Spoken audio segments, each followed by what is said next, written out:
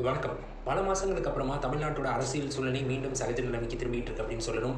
குறிப்பா வாக்குகளை பெற்ற ஒவ்வொரு கட்சியும் வாக்களித்த மக்களுக்கு நன்றி சொல்ற அந்த படலத்த ஆரம்பிச்சிருக்காங்க. ஒவ்வொரு கட்சியுடைய வேட்பாளர்களும் அவங்களுடைய வாக்காளர்கள சந்திச்சு அந்த தொகுதிக்கு நன்றி செலுத்திட்டு வராங்க. குறிப்பா தமிழகத்துடைய தற்போதைய முதலமைச்சர் திரு ஜோசப் விஜய் அவர்களும் அவங்கள நேரடியா பார்த்து நன்றி அப்படின்றத தெரிவிச்சுட்டு போயிருக்கிறாரு. ஆனா இதுல நாம கவனிக்க வேண்டிய முக்கியமான ஒரு விஷயம் என்ன அப்படின்னா, இது எல்லாமே ஜனநாயக மரபுப்படி நடக்குது அப்படின்றத நாம அக்செப்ட் பண்ணிக்கிட்டாலும், ஏப்ரல் 23ஆம் தேதி நடந்த ஒரு ஜனநாயக படுகொலையை பத்தி தான் நாம பேசணும். என்ன இது ஜனநாயக படுகொலை?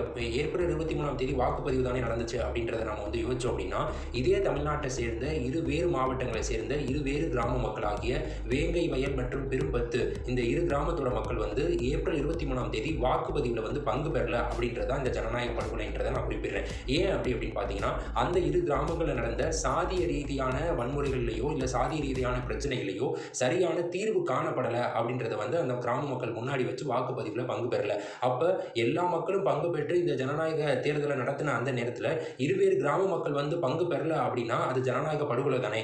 ஏதோ ஒரு காரணத்திற்காக அந்த மக்கள் பங்கு பெறாமல் போறப்ப அதை பற்றி எந்த கட்சியோ அந்த வேட்பாளர்களோ தோற்ற கட்சியாக இருந்தாலும் சரி, தற்போது ஆளும் கட்சியாக மாறியிருக்க தாவேகாவாக இருந்தாலும் சரி, யாருமே இந்த தேர்தல் வெற்றிக்கு பின்பாக கூட, தேர்தல் தோல்விக்கு பின்பாக கூட அவர்களை போய் பார்க்கல, இல்லை அவர்கள் பக்கம் தங்களுடைய பார்வையை திருப்பல அப்படின்றத ரொம்ப வேதனையான விஷயம். இப்போ பதவியேற்றிருக்கிற தாவேகா அரசிற்கு ஒரு வேண்டுகோள் என்ன அப்படின்னு பார்த்தீங்கன்னா, ஆதி திராவிடர் நலத்துறை அப்படின்னு சொல்லப்பட்ட ஒரு மினிஸ்ட்ரியோட நேம சமூக நலத்துறை அப்படின்னு மாற்றிருக்கிறாங்க. ரொம்ப ரொம்ப முக்கியமான விஷயம் என்ன அப்படின்னா, அந்த சமூக நலத்துறைக்கு தற்போதைய விடுதலை சிறுத்தைகள் கட்சியுடைய முக்கியமான நபர் வன்னியரசு அவர்கள் அமைச்சராக ஆக்கப்பட்டிருக்கிறாரு. இந்த நேரத்தில் வைக்கக்கூடிய ஒரு கோரிக்கை என்ன அப்படின்னா, திரு வன்னியரசு அவர்கள் நேரடியாக வேங்கை வயல் மற்றும் பெரும்பத்து கிராம மக்களை சந்திச்சு இதை ஒரு கன்சிடர் பண்ணி அவங்கள்ட்ட பேசுறப்ப இவங்களுக்கு இது ஒரு மிகப்பெரிய ஒரு சிக்ஸரா இருக்கும் அப்படின்றதான் என்னுடைய ரிக்வஸ்ட்.